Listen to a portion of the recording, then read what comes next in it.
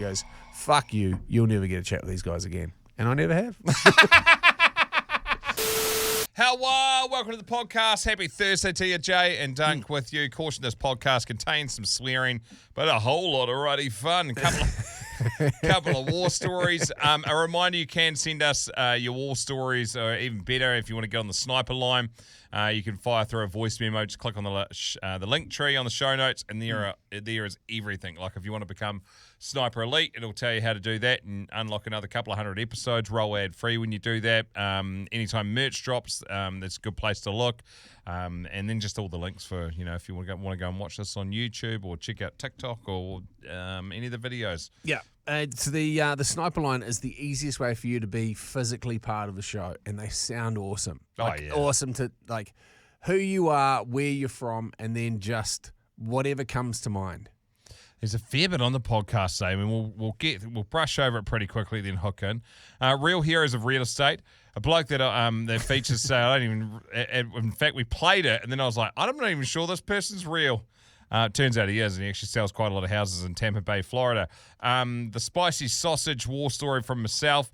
I'll give you a bit of a rundown on what the 5 o'clock club is. We go deep into chicken nugget chat as well. And also find out that hammer means different things in different parts of the world. Bit of duck shooting chat in there as well, and we'll kick things off with a war story. Enjoy the podcast, and as always, thank you to the show sponsors. This episode brought to you by Classic Builders.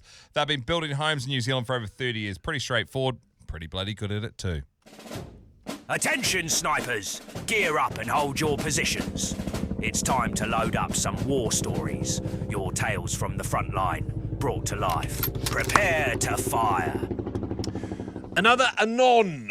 I got an anonymous one today too. So the other night, me and the wife are just lying in bed, minding our own business. Out of nowhere, she starts giving me grief about what I was wearing earlier. Just a bit of classic marital constructive feedback.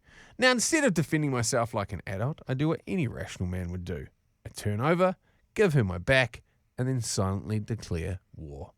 At this point, I feel a fart brewing, and not just any fart. No, this one had potential. And in my emotionally fragile, recently roasted state, I decided this wasn't just a fart. This was to be a statement.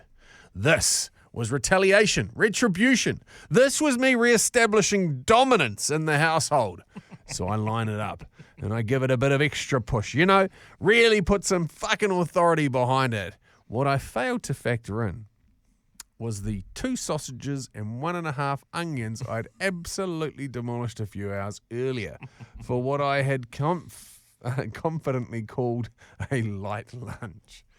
So the fart starts, and immediately I know this is not a fart. This is a hot jet of career-ending decision.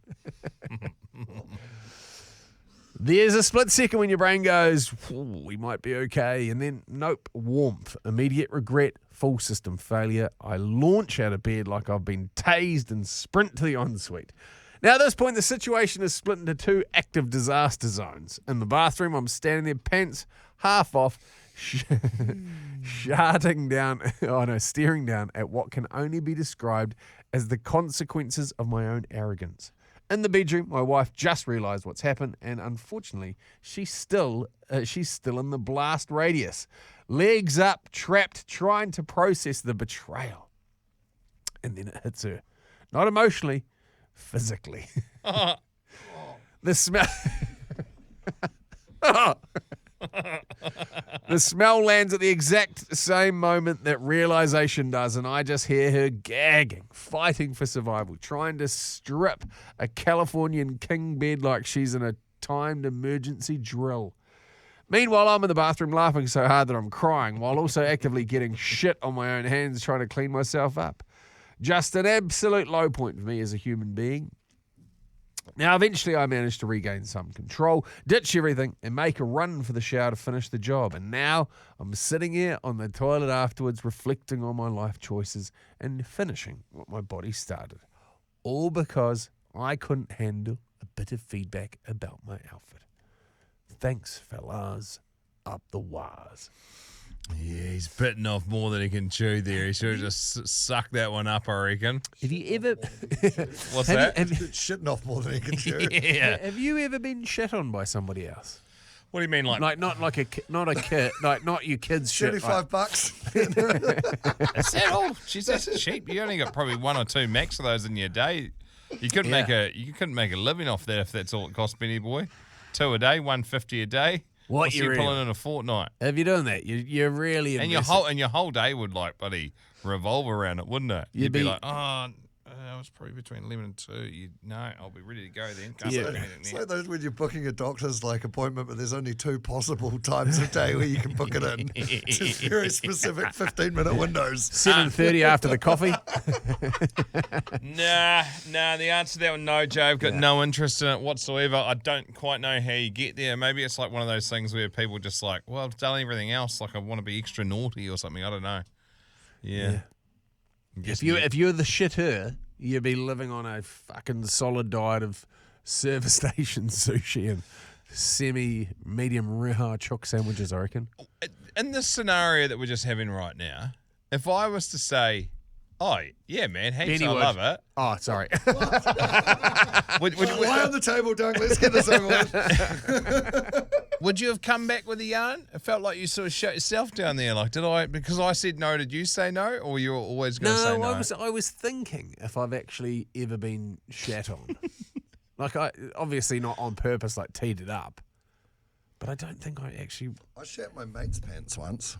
I'd borrowed them on a camping trip because I didn't pack properly. I didn't pack anything, actually. I just showed up literally in what I was wearing to go camping and just was scabbing everything off. My mates got freezing cold. So my mate lent me some of his pants, and as you do when you're trying to do an extra long fart to show off to all the boys, I shat in his pants. Oh, that's a low point. The aftermath of doing even what old mate did, even though he's close to the toilet, there's a lot of shame involved with that. Oh, yeah. You just you're looking in the mirror and you know you should be better and you can't quite figure out why you're not better and there's a lot That's going on. That's how I start my day every day. Yeah. I'm going to try some positive affirmations, mate. Classic. You'll go a long way. Let's move on to this one because let's talk about duck shooting. We said we're going to chat about duck shooting. So this weekend will be my 7th. Yeah, I would say 7th annual duck shoot down where we go. So every year there's a small window where you can turn ducks into pillows and help manage the population of ducks in New Zealand. Because believe it or not, they're not great for farming.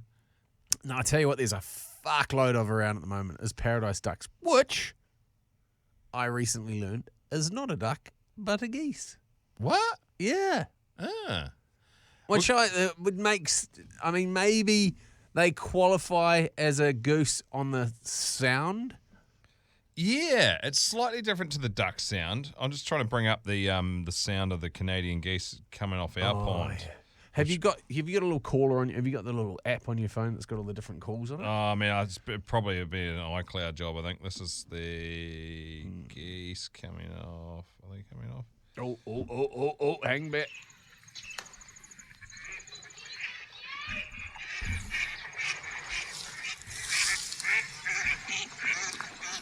There's a healthy amount. You go to Cairns. It just gets me so excited. Yes. It really does. So our pond's looking really healthy. I'd say a lot of ponds are looking healthy this year. Yeah. So this is a matey mallow pair calls.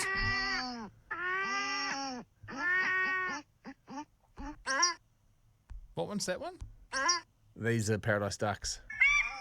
That's the one I'm used to. Bang! So, shit! I'm excited. Well, I can never decide at this time of year. Like I said on Tuesday, I struggle to concentrate because I'm that excited. Yep. And that only happens once or twice a year. So I like to savor that and not be like, this is annoying. It's hard to do my job because I can't concentrate. But I'm that excited. But I think it's on par with the actual shooting of the ducks, the camaraderie we've built over the years. Oh, mate. The ducks are the reason we turn up, but the real cup filler is hanging out and having long-form chats with the boys. Because, so often you'll catch up with a mate and it will be for 2 hours at a pub. There'll be fuckloads of other noise, people jumping into the conversation, whatever. But being able to spend quality time with some of your good mates, days on end is so sick, and we don't do it enough. No, and literally, this feels like the fastest year in between when we shot last and now, I reckon. Like, it feels really rapid. Because the saddest part is on the Sunday when we've all breasted out, like, got fucking stacks of meat out of these animals, and we're leaving Matty Carl's place. And you go, particularly for him, because he's there. Everyone just fucks off, and They leave and he's stuck at his house without all the he's still there. great additions of people like yourself and me. Oh, and it goes from absolute like we couldn't. But I tell you what, it would be fucking number one worldwide if we did a pod with Till at full tilt. And just the chat. I mean, obviously, we'd all probably end up in prison. It's just like a fucking group chat that you never want to see, but it is Speak for yourself, fucking mate. hilarious. Might be able to post your bail. So last year, we were talking about one of the conversations that descended into, and Matty Carl, who's just one of the greatest humans ever. He is the last bastion of hardworking young farmers who is just incredibly trustworthy. His name is his honour and fucking all the rest of it. He's just a stand-up bloke. Mm-hmm. And then there's Tilly, who operates 100% in the grey. And he was talking about this a cock pump that he got. And it just, the whole thing escalated. I don't even know if he did, but it was the fact that it's the banter that just escalates and it gets out of control. I don't even know if we should continue this conversation, Jay. No, it's fucking hilarious. So, but there's basically way. So basically, there's Tilly, you heard this? Yeah, I love it. So basically, he started off with, he goes, "So guys, I've got this cock pump," and Matty's like, "Really?" Like fucking.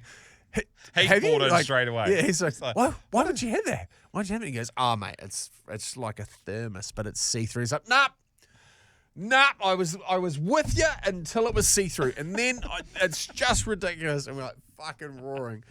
And so it's running. He goes, what are you running it off? He goes, "Oh, it's got its own little bat. You hook it up to a generator." He's like, "A generator? You're kidding." He's like, "No, it's actually running off the PTO drive of a fucking John Deere tractor out on the fucking driveway." The toughest part was explaining why there's a brand new John Deere parked in the driveway to the missus. And it's like, fuck, we were roaring. Like, there's so many of those moments where it's just stupid. And it just gets more and more and more and more and more. And we don't help each other. I mean, you'll have mates like this, I'm sure, anybody listening, but you just whip yourself up into a stupid frenzy. Oh, yeah. We come back, just hearts full, fucking head sore from laughing the whole time. And just to see Matty and there are people, I mean, obviously there's different types of people that go duck shooting and they have different setups and they shoot public ponds and have fuck all bird count, whatever it is. Tilly and Matty have everything dialed in. From Smacker's pond to Matty's pond, the layout, the knowledge of the birds, like running a fucking string of calls and just watching them bring birds in. And then they just don't fucking miss. Like, they let us go. It's like, I don't know what it's like watching two baby giraffes try and walk after being born as us shooting, and then they just come through and just go fucking boom boom. Yeah, I mean we are the ones knocking over the glass, and they've got the mops. That's for sure. Yeah, they'll mop up anything we don't get. Shit, I'm excited. Yeah, it's full gonna be fresh awesome. new kit, Stony Creek, fucking head to toe. Took it for a spin on the weekend down south. It is toasty. Yeah, so slick. I'm looking forward to that. I used the bag on the big Stony Creek duffel bag on the weekends. Good kit, it really is. I got my LL Beans back. Oh, that's a fucking boot, boys, I tell you. See, I'm running the John Bulls steel caps for about the 7th year in a row, and I've just invest. You tight fuck. Well, I like them. They're comfy. That's why I wear them. But I've just blown out the side of them, so now I'm like, do I want? You blew the side out last year. Oh, okay. That's good to know. Well, I didn't, it was a big weekend and all that. How am I supposed to remember that? But I've been wearing them since then too, but it's not until we go, there could be a bit of moisture around that. That might not be ideal. But now I've got the conundrum of like, do I go and get a new boot? Or, because I know they're kind of comfy, but they take some wearing in, do I go another pair of John Bulls? Get a fucking proper hunting boot. Well, we're not hunting, mate. We're standing in a mai-mai. Yeah, but then you're hunting. You've got the boots on. You're ready to go. You're not fucking on a construction site, are you? Yeah, but you're not driving a forklift. I'll wear when I'm mowing the lawns. I'm not going to, it's a double You wear use. John Bulls when you're mowing the lawns? Fuck yeah. What sort of a fucking Kiwi are you? You're not even in jandals or bare feet. Fucking hell. You savage. I saw this post on Sniper's Nightmare. I've been meaning to do something with it for ages, but this is not for radio nickname ninjas. And I actually think this person's absolutely nailed the nickname. But they've come to ask for help to see if there's anything better. So I don't think we'll be able to top this, but this is Nickname Ninjas. Got a mate who's spewed on a girl's back while taking her. We'll just leave it there. Got a good nickname for him. I've been calling him Spewbacker. Spewbacker. Yeah. TV dinner is another one. Spew Hefner from Andrew Stupples. This from Jamie Rowland. Mum's Spaghetti. Anonymous member. Chum Bucket. Dinner and a show. Cody Gaman. Moby Sick, which I don't mind. Ben O'Grady, the Humpback Whaler.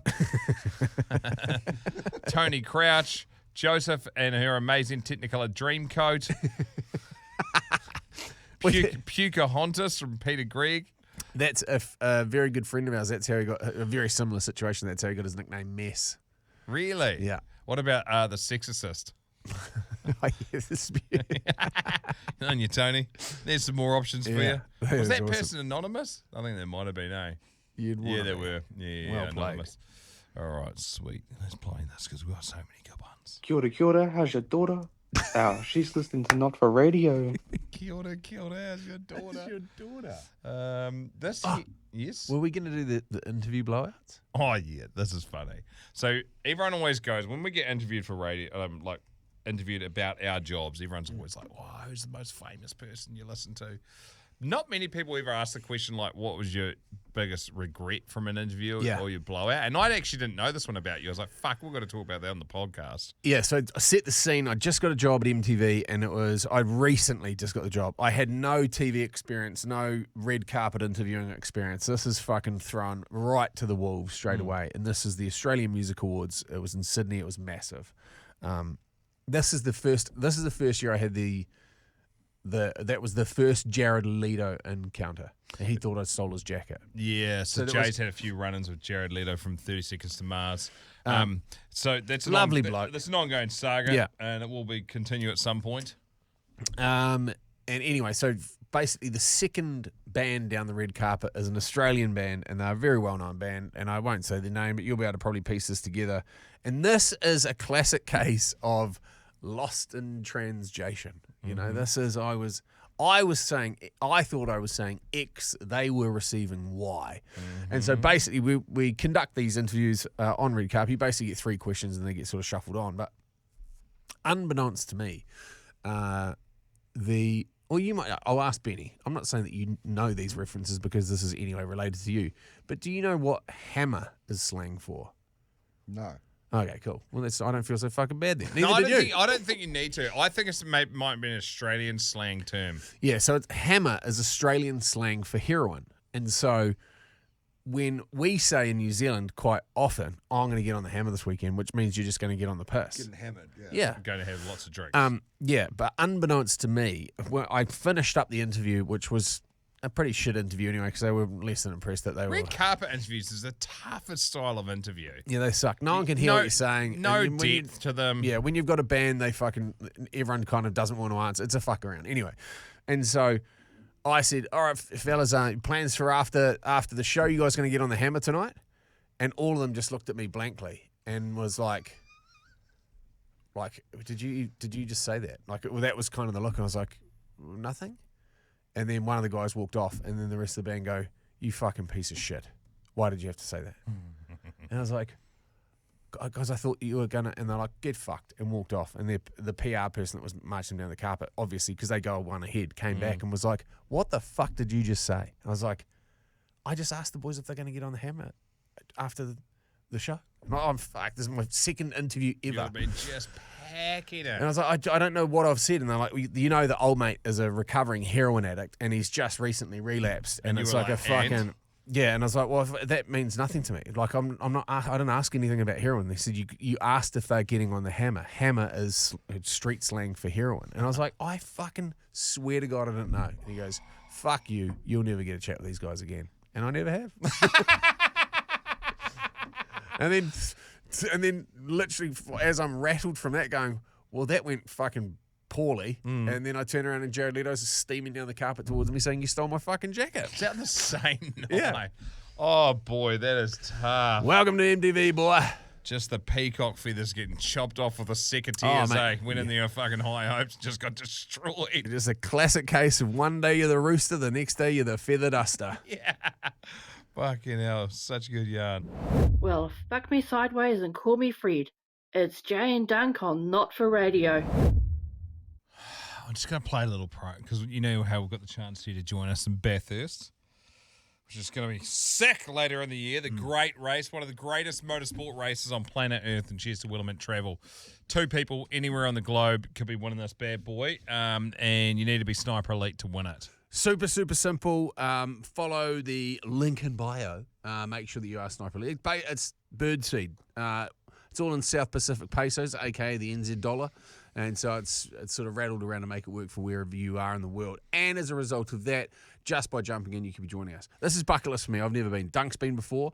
And if you're not even, like if you're from a part of the world that doesn't really follow supercars, which would be probably the whole fucking Northern Hemisphere, this is just a cultural, eye-opening experience. Cheers to Willamette Travel, who've been doing sports travel for over 50 years. We've laid on a couple of real thick packages. Like, these are bucket list packages. Yep, so all of your transfers to and from the track, you'll be staying inside the track. The tent, bedding, towels, all of your accommodations sorted. Breakfasts are covered. We'll take you through the pits. You'll be able to go to the Penrite catch-up with Maddie Payne, Kai Allen. Last year's winner.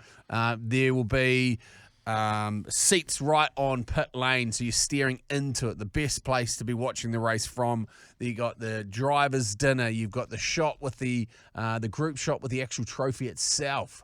Yeah, it's going to be magic, man. And because of the this week's sort of ended up being a little bit poked because we're away on Friday, like I mentioned, for duck shooting, and then Monday was Anzac Day.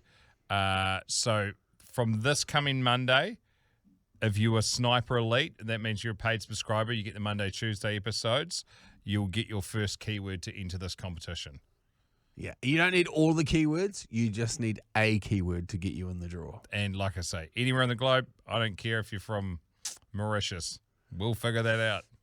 Yeah, this is I've really hoped there's a massive roll of the dice on this and we get someone that's never seen it before and this will change your life.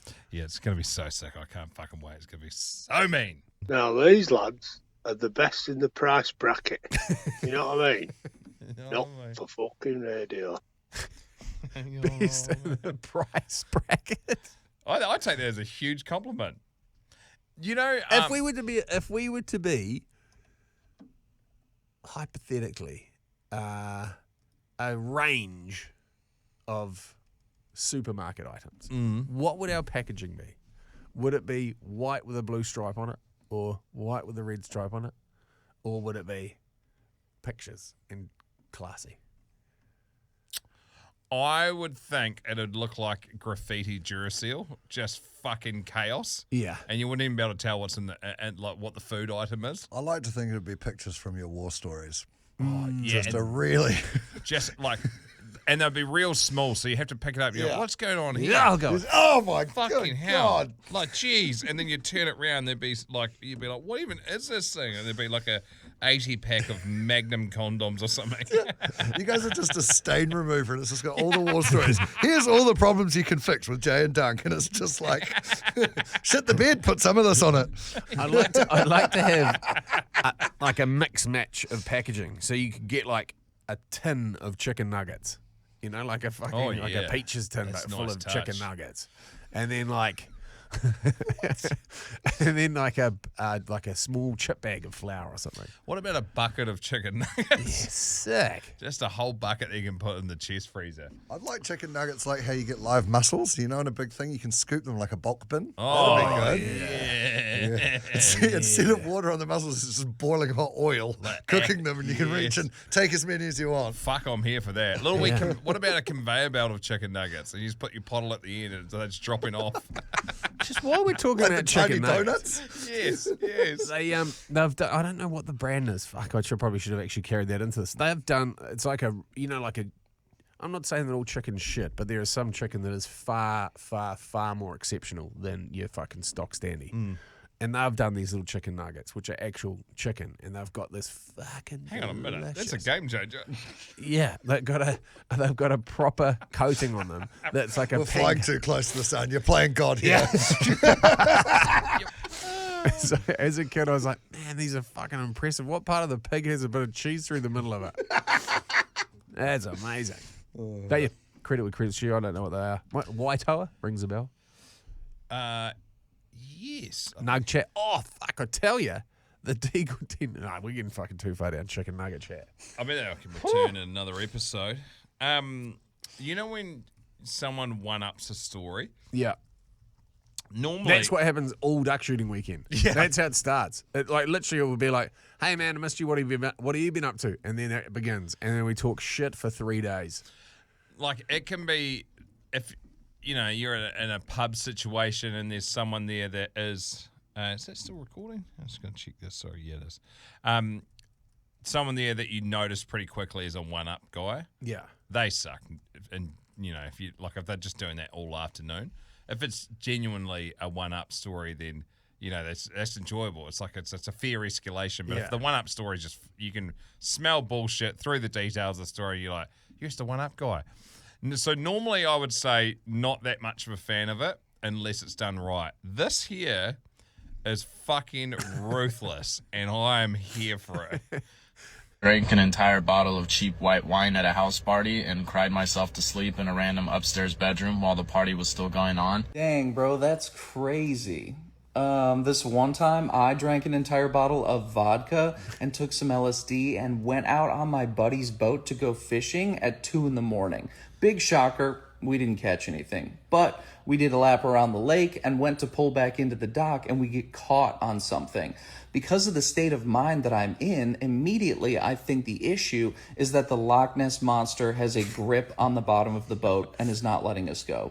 But we eventually figure out that there is a rope stuck in the engine. So what do? I put a knife in my mouth and dive into the water like I'm some sort of autistic Navy SEAL to cut us free from the rope, which I actually managed to do. And we ended up having to push the boat back into the dock. The next morning, my buddy goes down to assess the damage. And when he gets to the water, he sees that there is a random boat sitting in the middle of the lake. And that's because when I cut that rope to free our boat up, it was actually what was keeping that boat attached to the dock. I once drank an entire bottle of cheap white wine at a house.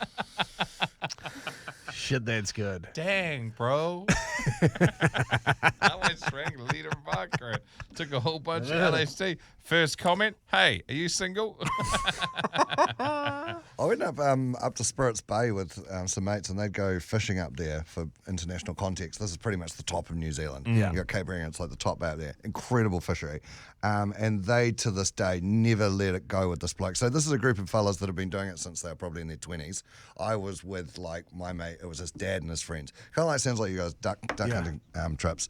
But one of the guys has never let it down. And even within, like, 20 minutes of arriving, you know, like, when everyone's mocking someone for something, you're like, I'm joining in. One year they'd gone up there and he'd not anchored his boat properly and it had disappeared overnight. Like a pretty, like an 80K Haynes Hunter. Oh, shit. Because basically up there you have to launch in a river at high tide, basically scrape it over the sand, then you can get out into that bay, you can go back around to Spirits and then anchor in the bay. And he maintains to the death that it was stolen, but it never showed up anywhere. It just completely disappeared. But I mean, that's the top of the North Island, right? If it's an outgoing tide, that thing's gone. You can see the convergence straight off the top where basically the east and the west coast meet. It's like this crazy delineation line. It's mad. Can we just go back to the big nights, the comments? I'll just read another one. This from Smiley. One time I left detox and proceeded to drink an entire bottle of vodka, then buy meth and fentanyl and a needle. Then I shot up the meth and fentanyl all night and brought a homeless man home with me because I felt bad he had to sleep outside. Then when I came 2 hours later, I woke up to the homeless man sleeping on my couch and told him that he had to leave. I hadn't done drugs in almost 2 years at that point. Wow, people are so honest. Wow. A Breezy. I once did acid at a hotel and thought of the painting of the bowl of fruit in our room. knew where we were doing drugs, and somehow we were going to tell they were going to tell the front desk that we were doing drugs, and we were going to get kicked out of the hotel. I went to see Fucking fruit. I went to see a guy who was having a very similar situation, and he was on a fucking big shift. Like, he would have been 4 days deep into this full send, and he was staying in quite a swanky wee setup. But by the time I got there, he'd flown 3 sex workers out from Sydney, and he'd taped up the microwave and the dishwasher because he thought there were listening devices in it. Oh, gosh. Has he sorted his shit out? Yeah, he's disgustingly successful.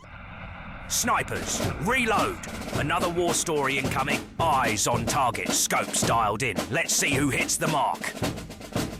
Hello there. That's how I start the podcast. Yeah, That's how I told I it. like You want me to? Hello there. Welcome to another war story. It's perfect. That'll edit up fine. Nailed it. This one here for Anonymous. A couple of years ago when I was walking through a lunchroom at work, I noticed a bowl of scorpion peppers with a sign on that said, "Take one." Why would you take one? Why would you take one? So I did, and boy, oh boy, I did not realize at the time what a mistake that was. Fast forward a few months, and I was in early and killing time and noticed the pepper sitting on the shelf behind my desk. I thought it'd be a good idea to open up the pepper and collect the seeds and try and grow my own pepper plants. Fucking idiot. It's on your fingers. Yep. What a fucking idiot. I went ahead, removed the seeds, and carried on. About half an hour later, I collected the seeds, and I had to go to the bathroom. I did, and when I got back to my office, I sat down. I started to feel a burning in my crotch. It was uncomfortable at first, but then it really started to burn. It kept getting worse and worse, and I was literally starting to panic when I realised I had residual pepper juice on my hands and when I went to the bathroom. It just kept getting worse and fucking worse. It was really early and no one else was at work yet, so I went to the janitor's closet, got a couple of rags and a pail of water in the sink, and when I got back to my office, I stripped down completely naked and spent the next half an hour dunking the tags in the cold water and placing it on my junk. Nothing I was doing was helping, and I was really panicking by now, and I was actually thinking about going to the hospital. After another half an hour or so, it started to get a little bit better to the point where I stopped panicking and I settled down a little bit. Throughout the rest of the day, it still burned, and I must have went to the bathroom and locked the door at least a dozen times that day, checking my junk to make sure there wasn't any permanent damage. That is a level up from the accidental deep heat on the nuts, eh? Jeez, when you're playing rugby at the start of a rugby season, you're a bit tender and you're probably using deep heat or whatever, and then start sweating down your back. If it's on your back and it goes down your butt crack, I've had that before. That's a fucking ride. I've done what this bloke just wrote about. Have you? Yeah, making hot sauce at home. The exact same thing, not using gloves and then going It's to the use the oil toilet. from the chili pepper, right? You know what? Yeah, but to undo it, right, because you know how milk is a base, get a cup of milk and then just dunk it in there. And then I did end up running a cold bath and putting ice in it and then just sitting in a very shallow bath, just soaking. Yeah, that's a nice touch, that. Yeah. Was that trying to drown out the sounds of my wife's laughter that was just constant for about an hour and a half, echoing down the house. Oh, man, that's great for her. Shit for you. Well, it's skim milk, or you recommend a blue top? You want a silver top for yes. that. Ice cream would have been ideal, to be honest, a tub of vanilla, but we didn't have any. We've definitely had that before, and not for radio. And a broccoli. Broccoli? No, he was a guy that. Basically, long story short, if you haven't heard, it's a fucking good yarn. The postcard version of it is this guy vetoed his nuts, and they just set them on fire, and so nothing could help it. So he went downstairs and got a tub of ice cream out, and just put his nuts into it to cool them down, and then noticed a bag of frozen Brussels sprouts. So he started shoving them up his ass. His wife came downstairs to see what the fuck was going on. He was shelving a Brussels sprout while putting his nuts into the ice cream. He'd seen better days. Oh, cheer, girl. Got us a not for radio, G. Do we want to round it out, this episode out with a real heroes of real estate? Yes. I feel like we should. It's been a while since I've done one of these. Real heroes of real estate. You know exactly who I'm talking about. It's the ones that go the extra mile for their marketing of the properties.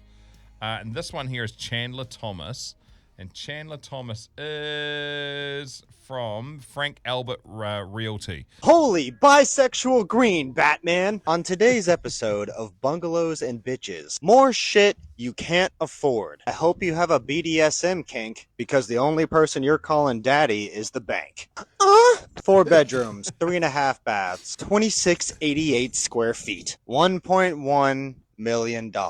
I'm starting to realize why deers run into traffic. Any takers? Chandler, we've already been over this multiple times. Why do you keep going back to her? Doc, do you know why we called her the Megalodon? Why would you call her an ancient shark? Because her throat was arguably as deep as the Mariana Trench. You need so much help. It's like white women in Pinterest came to life. Is this that scratch and sniff wallpaper? Smells like a trip to Target and an unhappy marriage. Damn! Marble countertops. I think. I don't know. It sounds rich. Girthier than your ex. Way less emotional damage. You get no sleep cause of y'all. Y'all not gonna get a sleep cause of me. Honey, why is there some poor person's trailer parked outside? That's a food truck. I finally found the key to happiness, and I shall write it in this book. Second living room for the ultimate cuck experience. Have you ever wondered what it's like to take a fat shit in the jungle? So much. It almost seems fake, but it checks out. He's actually... That's wild. If you've got a funny one, comment below, obviously. Or send them in to us. And then we'll get it in there. I think that'll do for today. Yeah, it's bloody good fun. I need some lunch. Bloody brain's starting to fade a little bit. Oh, I've started listening to a book. I think I mentioned this last week, and I finally started listening to it. It's called The 5 O'Clock Club. Bit weird at the start, if I'm being completely honest, but it's about how successful people own the mornings and get up and get shit done while other people, lazy people, are still sleeping, basically. And so I got up at 5 o'clock this morning, and I was smashing out the Not For Radio prep and a bit of radio prep and stuff, and it actually felt fucking great. Because then I had heaps of time for the gym. Can you tell? Yeah, I can tell. Yeah, I thought so. Yeah. Hey, bloody great Run a episode. Appreciate you listening as per. Obviously appreciate our show sponsor as well, and Classic Builders. This episode of Not For Radio has been brought to you by Classic Builders, the kind of crew that'll sit down and go, righto, what are you actually trying to do? Then they'll help you figure out best way to get there. Without overcomplicating your build. If you've been thinking about building or even just casually, they're probably a good place to start. Make sure Classic Builders is on the radar. Have a great rest of your day. Go well, go long. And up the wires. Up the wires. Good one. You've been listening to Jay and Dunc's Not For Radio podcast. Thanks for listening. I hope to see you soon.